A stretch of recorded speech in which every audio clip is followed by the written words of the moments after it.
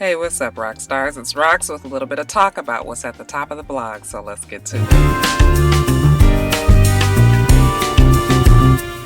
Alright, you guys, so I couldn't ignore one serious story before we get on to the gossip and bullshit, and that is the story of the 2,000 killed in Baga, Nigeria. If I'm not saying that right, please excuse me. So it seems that Boko Haram, which is the terrorist group, they have gone into this town, Baga, Nigeria, and just took over the town. Shot everybody. They've been shooting rocket propelled grenades and using assault rifles to basically kill any and everybody in sight. They say out of the 2,000 people that were killed, most of them were women, children, and the elderly who could not outrun them. So they have taken over this town. The people that were there that weren't killed have left and went on to crossed into the border of the next town, which would be Chad or city. I don't even know what to call it. I'm sorry, you guys, excuse my ignorance. I don't really know much about this story. All I know is every now and then I hear about Boko Haram.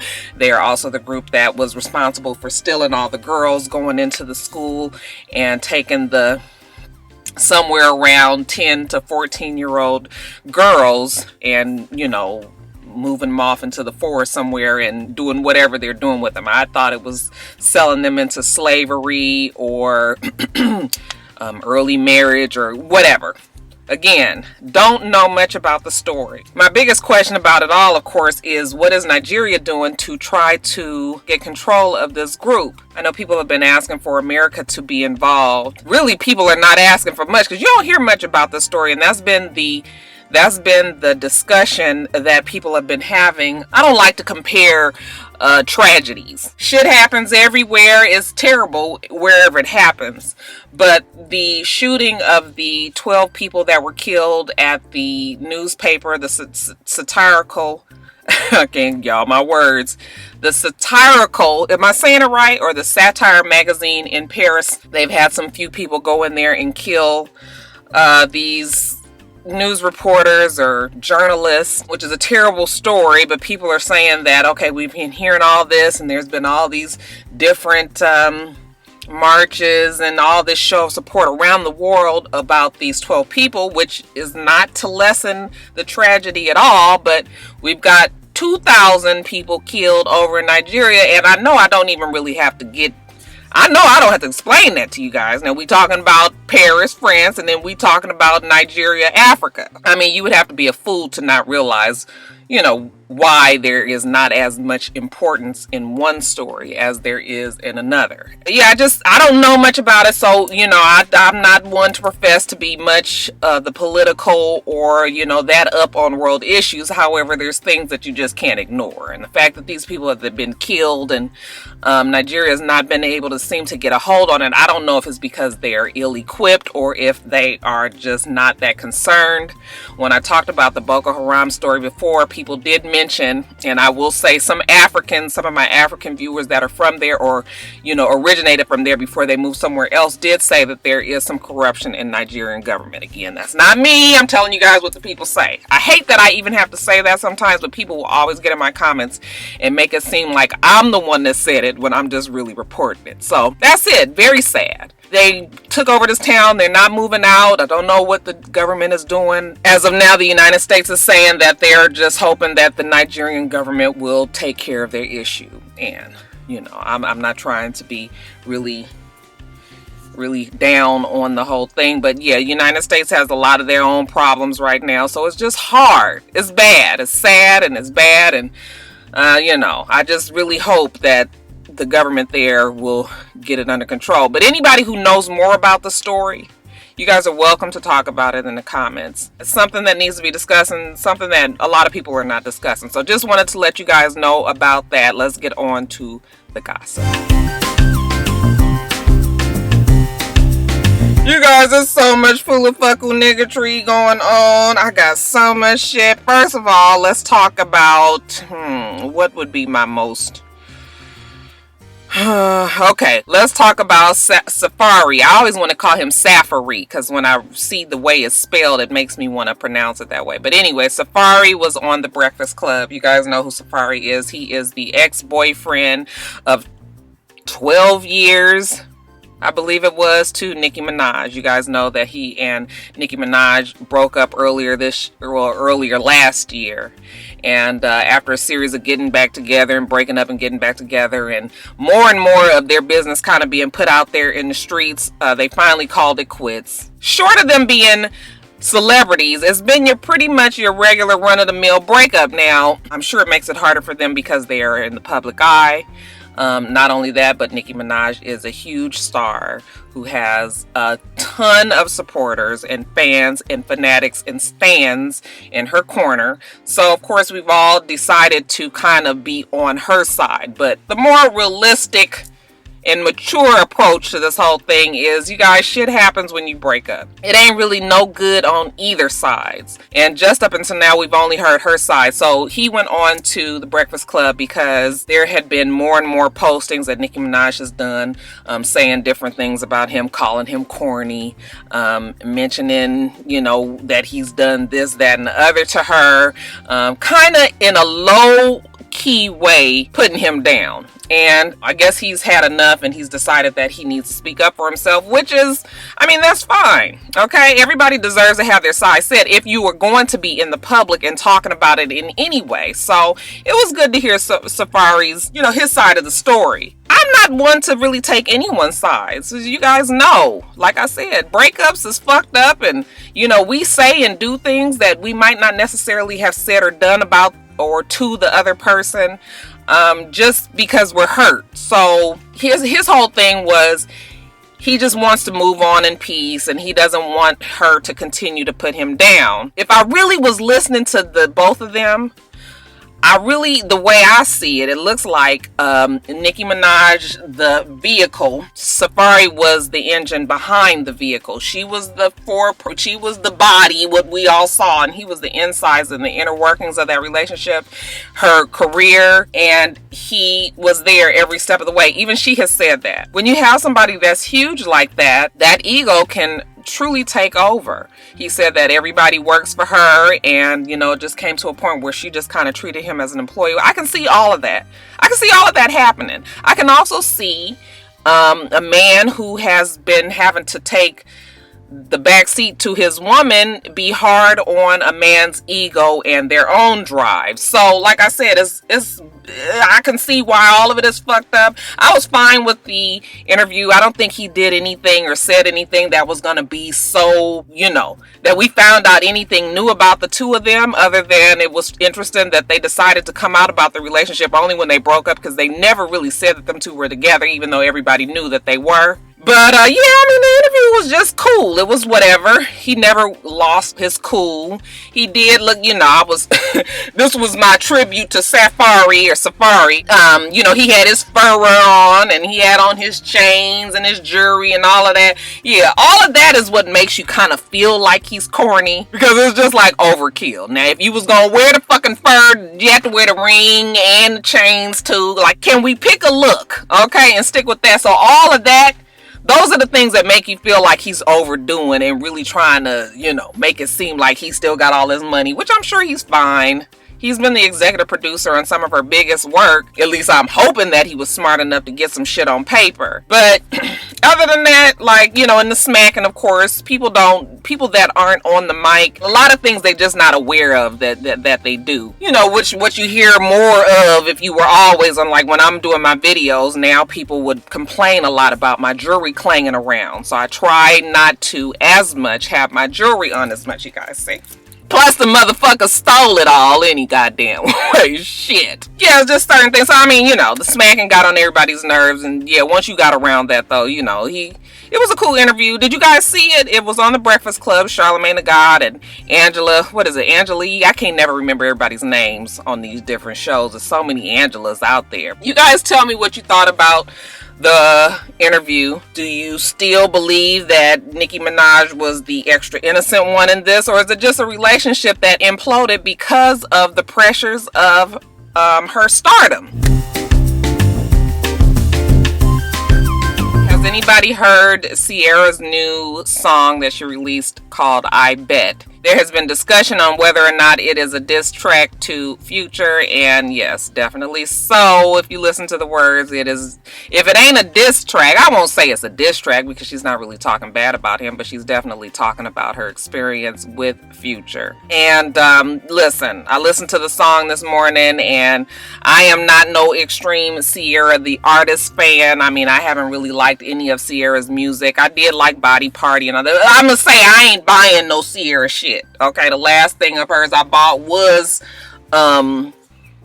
what song was that? Oh, or whatever it was. What was it called? Oh, the fuck was it called? But you know, back in her Jazzy Faye type days, I ain't been able to get with this new Ciara. Ciara the person I'm cool with. And we all knew about Ciara's relationship with Future. We was worried about that shit from the beginning. Okay, knowing that she was baby mama number 4 or number 5. He did seem to sweep her off her feet and made pretty much a lot of us believe that, you know, he had turned over a new leaf and was gonna be there for her. As time went on, we saw that the shit was unraveling. By the time she had the baby, he wasn't there. And then, you know, sure enough, after that, she gave back the ring and she's done with it. Now she's taking it upon herself to try to convince us all that she's extremely happy. And she posts so much of her just having a good time. And, you know, I kind of feel like it's an act. And that she definitely puts on for her fans to just let everybody know, like, it's okay. But, yeah, I'm sure Ciara is hurting inside. I mean, who wants to be this girl who, you know, is a single mother and, you know, just, I'm sure this was not how she had her life planned. So because of all of that shit that happened to her, we gonna let her have it. She can have this one, okay? The song is not nothing spectacular, but I think more people are going to be interested in the things that she's saying. And she's basically saying, you know, I bet you gonna start loving me when I start seeing somebody else, and you know how I was there with you and I upgraded you and I'm the one that took you to Paris and, you know, put you on in that level, and you know. But other than that, it ain't nothing, you know, it is classic Ciara. I mean, it's got that voice, you know her. She's got that voice that I just, people try to compare it to Janet Jackson, but no, this is totally something else. So because of that, I'm not going to be buying her music. But like I said, we're going to give her a pass on this one and let her have it. Because artists, one of the good things about being an artist is if you don't want to tell all your business just on social media or in interviews, you can always kind of express yourself in music. And I can appreciate that. And a lot of people do appreciate that. And that's what sells records, drama, and all of that. So she was smart to try to put something out there like this. We'll see what happens with the rest of the album. But yeah, she said, I bet you gonna start loving me when I start loving somebody else. To me, Future is so fucking over that he ain't gonna care if she starts seeing anybody or what, okay? He just seems like he's been through for quite some time, okay? I ain't even seen him in pictures with the baby, but maybe once or twice I saw that he liked a picture of the baby or a video of the baby when the baby was taking swimming lessons. They posted that on social media. But for the most part, you don't see, and that don't mean nothing. Okay, he could be way more active in real life. Okay, we gotta stop putting so much fucking emphasis on thinking that our whole lives is on social media, because 100% is not. But yeah, I think Future been over it. This ain't a beat up on Ciara session, but I always be wondering why when women are just beautiful and they are afforded all of these good looking and successful in their own right men, and then the shit don't work out. Like, after a few times with a bunch of different people, then we got to start wondering what the fuck wrong with the woman. But we ain't gonna say that today, because like I said, Ciara has been through enough. I don't think she deserved what she got, but of course, hey, shouldn't nobody be starting no marriage and no life together with somebody who got other shit to do, fucking around with stylists and old baby mamas and all of that. And like I said, he had the best track record anyway. She's baby mama number 4 or number 5 or something like that. So I mean, Ciara is going to be fine. I wish she would stop going out of her way to try to just be so, you know, always happy and all that. Bitch, you ain't got to do all that. You ain't got to get on here and cry.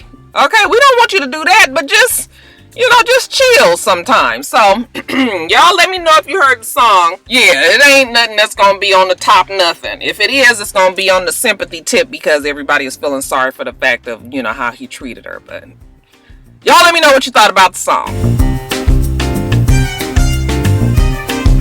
And you guys, talking about artists that just seem to be having a hard time, let's talk about Miss Keri Hilson, who was performing in Dallas.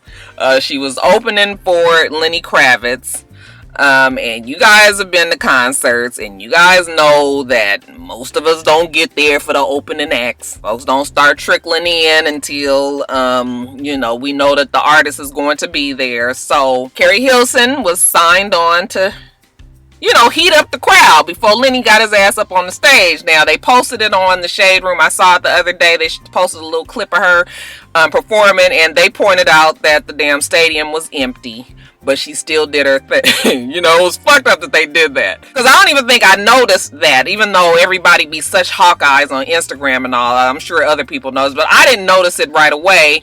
And then, of course, when they did that, I mean, they dragged her on Twitter and Instagram about the fact that she was performing to nobody. Keri Hilson ain't gonna, you know, now that's somebody that they ain't never gonna get a pass. Keri did it to herself, and then of course the stands will not let it go either. But you know, Keri Hilson was this big popular singer, you know, she kind of busted onto the scene out of nowhere as far as we knew. I mean, she was writing with a team and was doing well in the writing thing, but as far as her performing, she busted on the scene and she was doing the damn thing. I mean, for a minute there, Keri Hilson was everywhere. And I think that she began to believe her own hype, which happens to a lot of us, okay? But you can't let it take you to a place where you start to fuck up your own shit because you believe in that your shit don't stink. So she talked about Beyonce. People gonna learn one day that you just can't do it. You just can't do it, okay? I mean, you have to have a career that is so grounded and stable to go against the Beehive that, you know, so she came out, she talked about Beyonce, she did the diss record or whatever. They dragged her through the ground, through the through the different layers of the crust of the earth, okay? That bitch was down to the middle, the core, to the point where she almost had like a nervous breakdown. And ever since then, it has been, her career has just, they killed her career. And Keri hasn't been able to recover since. I don't know if she's really trying to. I don't know if that killed a lot of her confidence.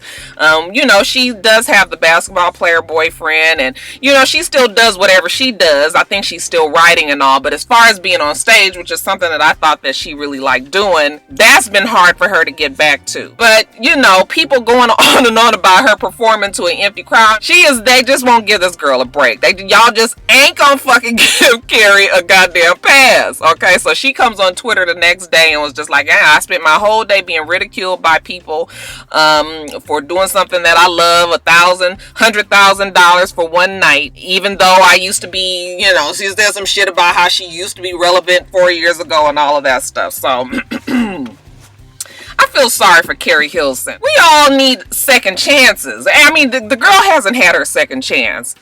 Yeah, she said and did some stupid things, but, you know, we all have said and done some stupid things. Y'all leave that child alone. Let that girl do, and she sounded good. Her band sounded good from the little clip that I heard. She sounded good, and I just, yeah, I feel sorry for poor little Keri Hilson. Y'all Beehive just gonna fucking drive that girl crazy, though. Y'all saw it was a few people in the goddamn seat. Stop it. You guys want to know what other story cracked me up? Did you guys see 2Chainz on Nancy Grace the other night?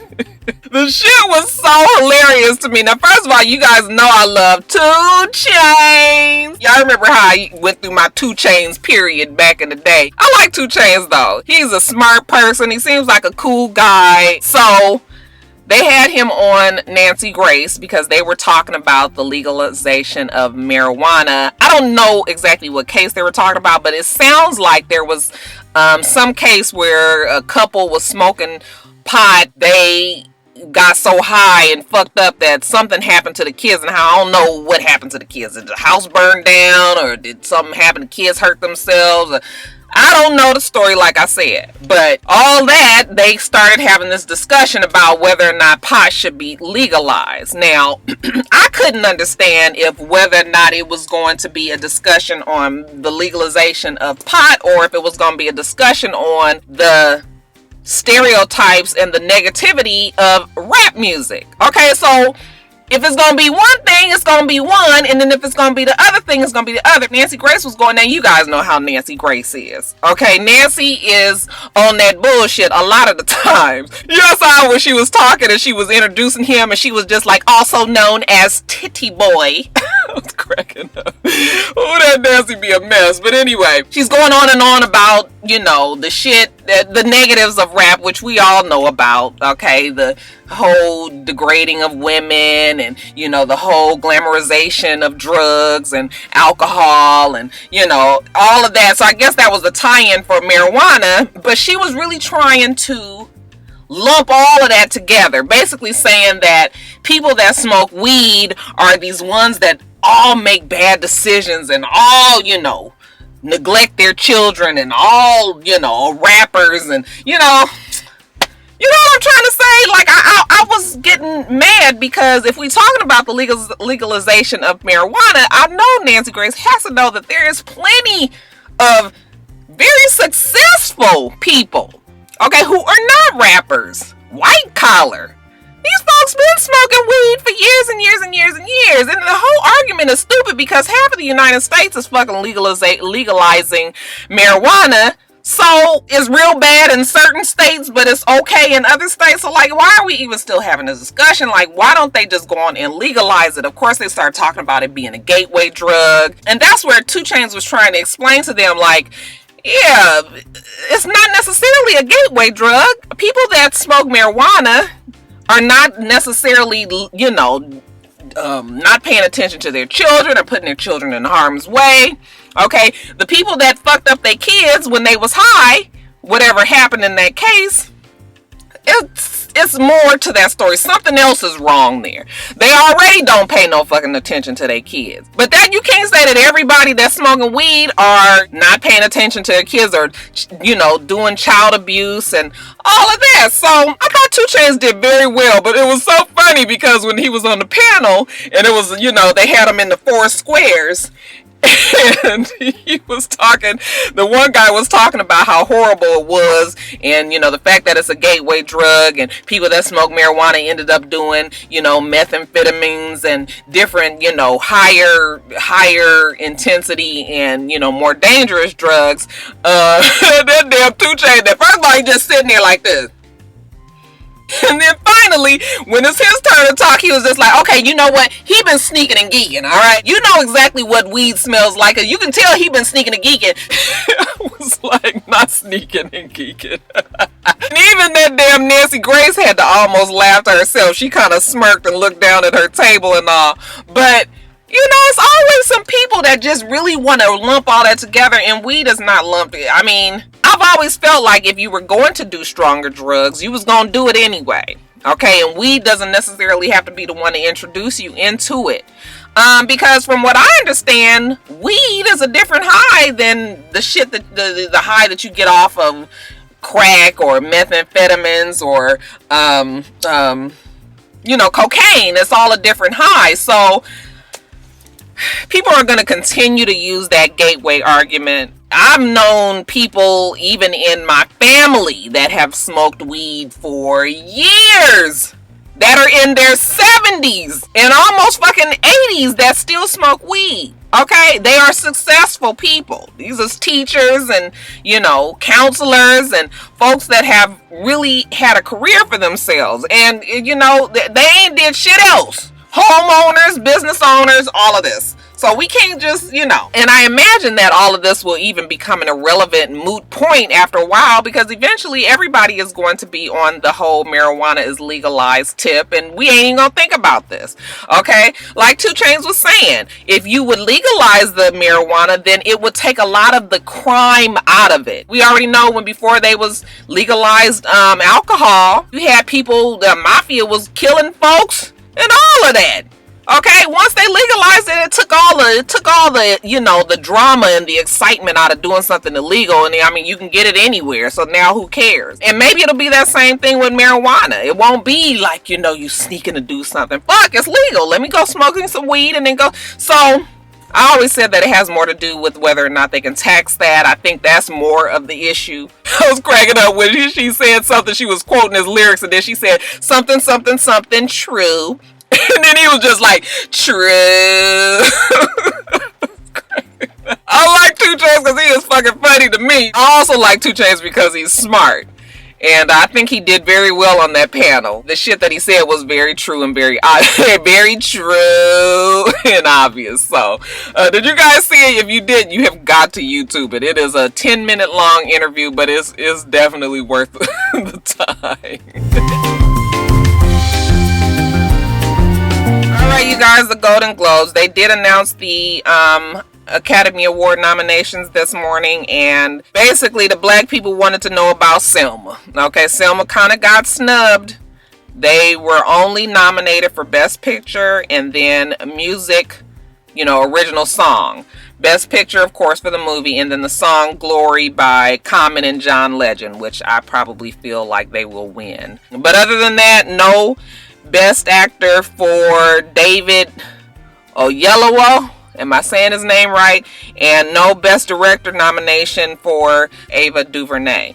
And she is the first black female director to be nominated for the Golden Globe. So they were hoping that she would be nominated for the Academy Award. She didn't get nominated for that. So kind of a bummer.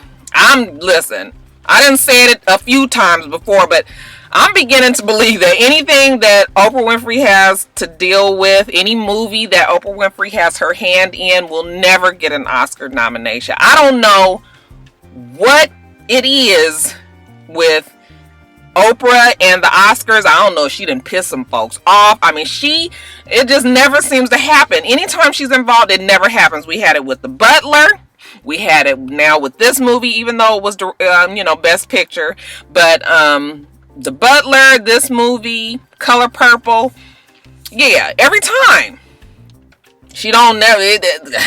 That Oprah done pissed somebody off. They're like, bitch, you ain't gonna get up in these Oscars at all. But, I mean, we're gonna take the Best Picture and the original song nominations and be happy with that. You know, there's always a lot of competition during the Academy Awards, so... You know, and I haven't seen any of the movies, including Selma. I'm going to go see it on Saturday. So I can't even really put in for nothing. I've heard great things about it. Everybody says that it's really good, but I've also heard a lot about all the other movies. I know it's going to be plenty of black people that's real pissed about it. I just really still wish that they would give black movies that are not about the civil rights movement or slavery a chance in the Oscars. But I mean, you know, we also gonna be glad that they even recognize this, because honey, if they ain't recognize the fucking slaves and the damn civil rights shit, then we wouldn't get nothing. So we gonna take whatever we can. But you know, black people can do romantic comedies, and black people can do thrillers, and black people can do sci-fi movies, and black people can do all of that as well. So we still hoping that black people eventually will be able to expand and broaden and get more recognition with the Academy. But you know, that's it and that's all. I think we gonna get original song. I don't think we gonna get Best Pick. I'm saying we. You know, black people, we always want to just make our own little group of club. Did you guys see any of the other movies? What do you guys think? Who do you think will be winners in the Academy Awards? I haven't seen any of them, and I usually try to make it a point to see, you know, a good amount of them. I also might go see that American Sniper this weekend, because I heard that was good as well. But that's it on the Academy Awards. Just 2 nominations, y'all.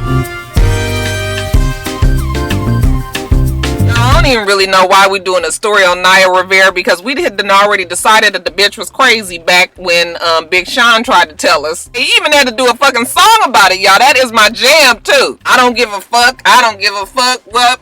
I don't give a fuck. Look, I don't give a fuck about you or anything that you do. Don't give a fuck about you or anything. Y'all know I don't give a fuck is like one of my favorite sayings. Okay, I might give a fuck. So yeah, we knew she was crazy. We've seen her go through this transformation of trying to look like Kim Kardashian, and you know, then she went up and all of a sudden married some white guy, you know, on the day that she was supposed to marry Big Sean. And you know, I mean, if you listen to the words, he was like, shit, I dodged a goddamn bullet. The newest craziness with Miss Naya, she was on The View. She was talking about, you know, bathing. I don't even know how they got on that subject. But her words was that ethnics don't bathe as much as white people. She says that her husband, who's white, bathes 3 times a day, which, you know, to me is excessive. I'm gonna need a motherfucker to get their ass in some goddamn water at least one time. Okay? We don't go for these 2 and 3 days, because even though your armpits might be okay, what that twat doing down there? That shit can't cook up in there no 2 and 3 days. I am sorry. You sit your ass down on that toilet, it ain't even got to be no shit coming out of me. Some old funky ass, white ass, tangy, thinking coochie ass, you know, staying ass bitch. Shit. I can't even get with that conversation. You know, she said that even the dermatologists say that your skin ain't got to touch water, you know, but a couple of times a week, so she's right on track. I'm just like, bitch, I bet you that is one funky ass heifer, okay? And don't be trying to lump all of us ethnics. The fuck is an ethnic? She lumping all of us into one. Yeah, I get my ass in the tub every day. Okay, yeah, so you don't talk about me, please. Let my whole bathing situation speak for itself, please. And you talk about whatever the fuck you got going on. But I don't even know what the fuck she was talking about. I don't think she knew what she was talking about. Something wrong with Naya, y'all. Yeah, do you guys bathe every 2 to 3 days? Ethnics, I'm asking you. Okay, you guys, God, I got so much to talk about, though, what's going on TV. Let's talk about Real Housewives of Atlanta, which I don't feel like talking about because I'm so fucking sick. I got like almost 600 comments. 600 comments on my last Real Housewives of Atlanta video. Okay, people, anyway, let me just start the story. First, let's talk about Claudia. Claudia has had a rough week. People have gone back into Claudia's archives and pulled out some unfavorable video of things that she has said. They made sure that it was subjects that would play on the emotions of black people. First video that came out was her talking about dark people in this dark room, and she's light skinned and she can only see her light skinned friend, and otherwise all the dark people in there, you know, she couldn't really see them and all of that. See, I'm gonna tell you something about when you kind of like a pseudo comedian. You say shit.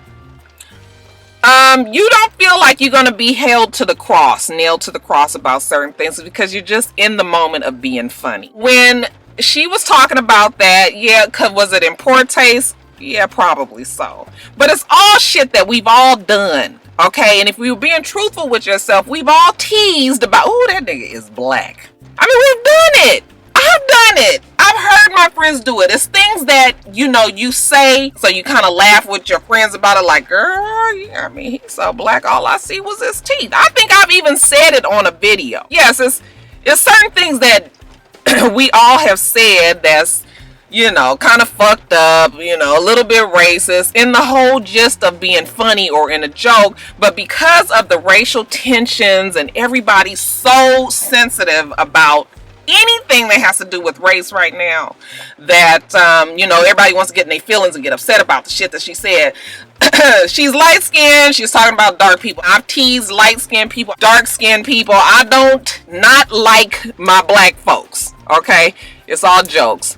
But you know, when you piss people off and they pull out your old shit about, you know, you teasing people about their, it didn't bother me. Moving on from that, like I said, people got really upset about it. But if black people would just be truthful with themselves and loosen the fuck up sometimes. Everybody has made different jokes about different skin color. Everybody. I'm sorry. It's happened. Then someone pulled out video of her on the Jamie Foxx show. Her and I think his name was Johnny Mac just going hard on Tiny. That is an unfortunate video for a couple of reasons. First of all, before we talk about how fucked up it was, like I said, when you are a comedian and you are in the element and you are saying and laughing and talking about people, that's kind of what it is. When she was on that show, I mean, they talked about everybody, so she was kind of going hard at that time. What's interesting to me is nobody is mad at Johnny Mac for what he was saying, and nobody is mad at Jamie Foxx for what he was saying, okay? And if anything, I bet you Jamie Foxx has had more dealings with T.I. and Tiny than Claudia did at that time. But everybody is mad at Claudia because now, you know, they're just saying that she's this, you know, she said all this and did all of this. And like I said, when you're a comedian, you're in the element. That's why it's so fucked up for comedians right now, because of social media and because of cameras. I read a really good article Chris Rock did just talking about how social media has made it harder for celebrities, I mean comedians, and why a lot of comedians don't like you to have Dave Chappelle will not let people have cameras at his you know, at his comedy things, because, you know, you can say some shit that's probably off color. I mean, Eddie Murphy and Richard Pryor and all of the great comedians of past have done it, you know, a lot. But it's not caught on video for other people to keep on passing around. I mean, you know, we can say something, but when you see the shit, it's 20 times worse. I was understanding that the job that she was doing at the time was, she was being funny. Yeah, she was being really, really mean and hard. But you guys know that you guys have, you guys have talked about Tiny bad, terrible on social media, but you guys are not celebrities, and you guys are, nobody is really paying attention to your comments like that. But I mean, I've seen the horrible, I've seen some of you guys, some of your names that I know, I've seen people talk about Tiny and say some horrible things about her in other Instagram comments. But you know, people was mad that she said all that shit. It was fucked up what she said. But what made the whole situation worse was the fact that she went on to be on Tiny's show and never addressed what she said. Now, I mean, I can kind of understand a little bit of her saying she just didn't really know what to say and that she felt bad about it. And so, you know, she just thought maybe she just ignored it and went on and it wouldn't come back. But I think we all know that once you say some shit or do it and it's caught on video or if it's recorded, it's always there. So the fucked up part about it was that she went onto the show and never had addressed it with Tiny. Obviously, Tiny didn't know about it. And to be on this person's show and kind of smiling in their face and kind of, you know, being friends with them and, you know, yeah, girl, this girl has given you a job, and you ain't even said, okay, I'm sorry, you know, I said this. You know, if she would have pulled Tiny to the side back then, even if she didn't never address it in public, but if she would have said something to Tiny back then and either allowed Tiny to move on with hiring her or forgetting the whole thing, you know, that's what she should have done. But instead, she took the job for however long she was on, and she was there with Tiny and acting like she was her friend and all of that, never saying it. So now, of course, the shit has been brought out. You know, if I was Tiny, I'd been like, fuck, I just sat here and gave your motherfucking ass a job and you talked about me. You guys, she talked about it so bad, she was just like, she didn't know whether to lube up or put a fucking nickel in her back. Okay? When they were talking about whether or not T.I. fucking her, I was just like, oh, I mean, it was harsh. It was bad and it was rough. So now, fast forward to some years after Tiny's Tonight or whatever her show is, now she is in this whole storm with Real Housewives of Atlanta. And now, you know, somebody digs that out and is brought to everybody's attention that Tiny didn't know nothing about it, and that she was doing all of that. So of course it makes her look like she was fake and phony and, you know, just using Tiny for this job, even though she just talked about her so bad. And, you know, she chose the time on the Ricky Smiley show to apologize. And I'll give her credit for that, because she didn't even have to do that. She did it in public and all of that. However, you know, I can't really 100% give her the pass that I would like to, and I do like Claudia, and I know people deserve second chances, and she does too, but I can't really, I just was like, girl, that was not the best move. You should have been addressed this, even if it was after that show. Okay, somewhere along this line, you should have said something to Tiny. But she didn't. So of course now everybody is real pissed at her for saying what she, you know, doing what she did and calling her fake and phony. And yeah, this is something she gonna have to ride out, because I'm gonna feel like she deserves the scrutiny that she's getting on this. But she needed to apologize. Not necessarily for saying all the shit that she said, but for being on her show after she said all the shit that she said. Okay, so yeah, that's it on the whole thing with Claudia and Tiny. I do like Claudia, but she was wrong. She was wrong. She was fucked up.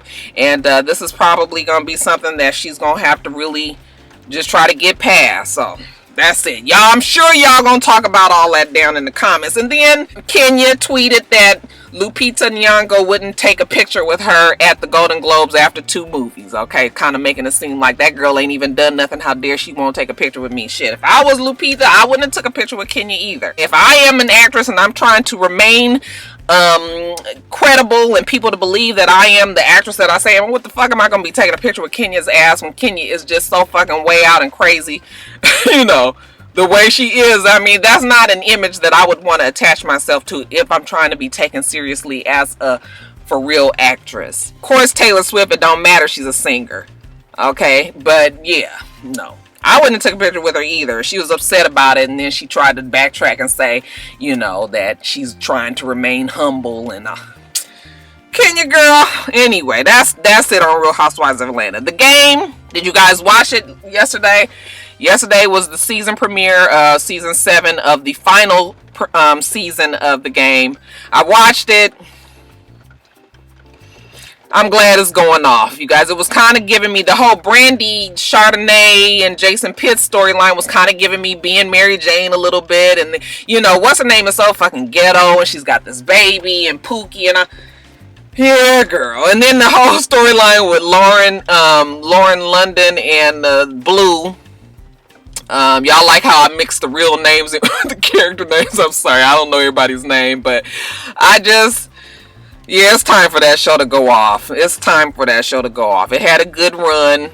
These last couple of years haven't been the best, and so I'm just glad that they have finally just said we gonna throw in the towel, and maybe we can get a proper series finale. But other than that, yeah, I don't think I'll be watching it every week.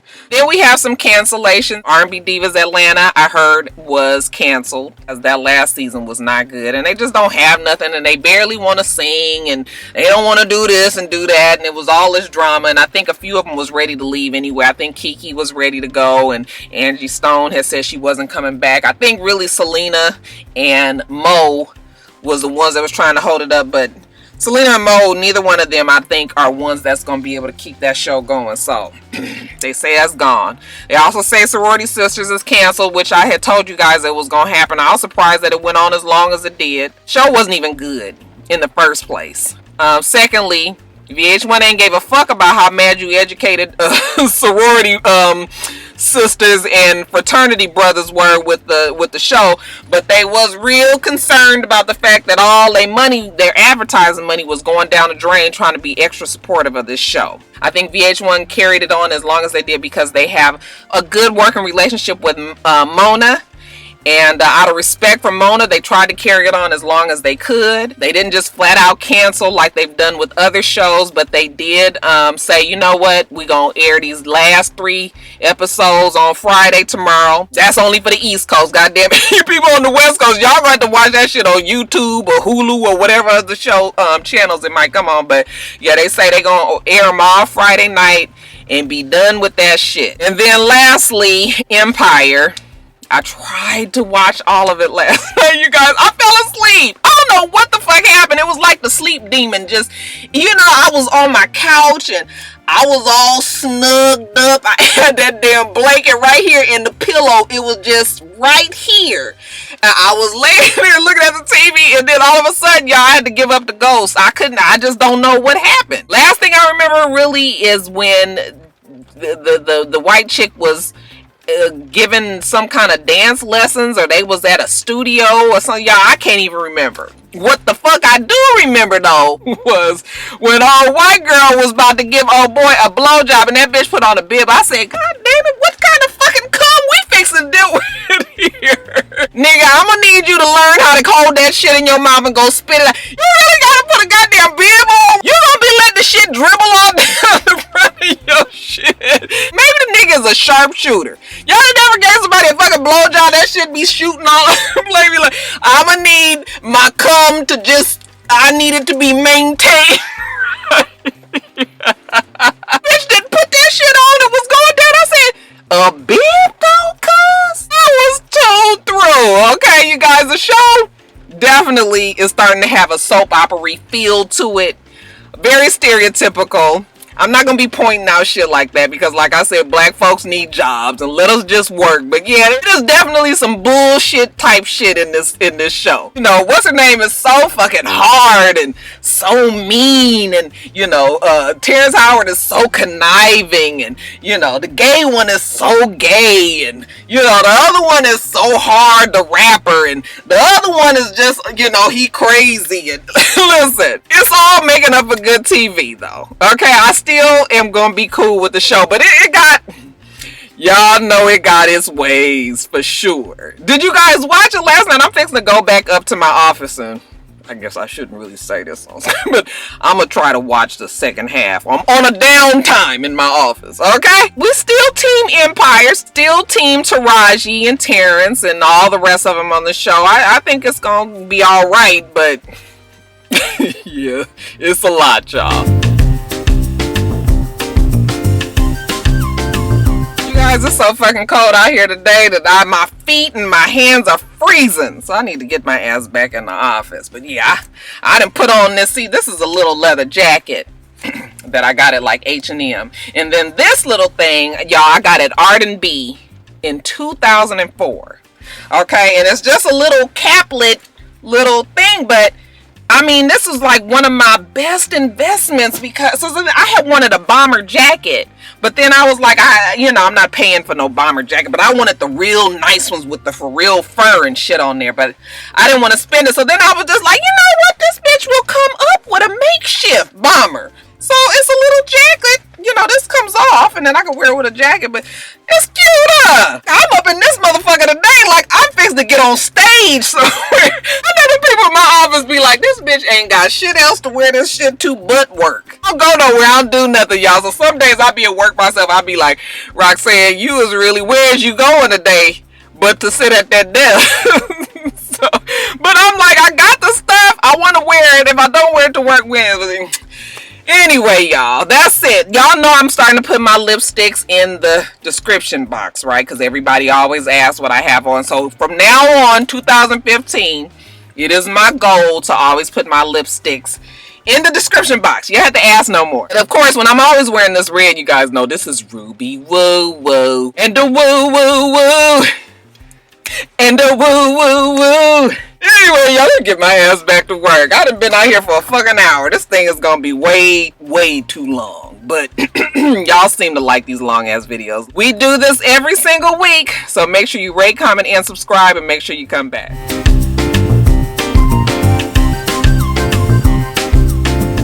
Until next time, Roxstars.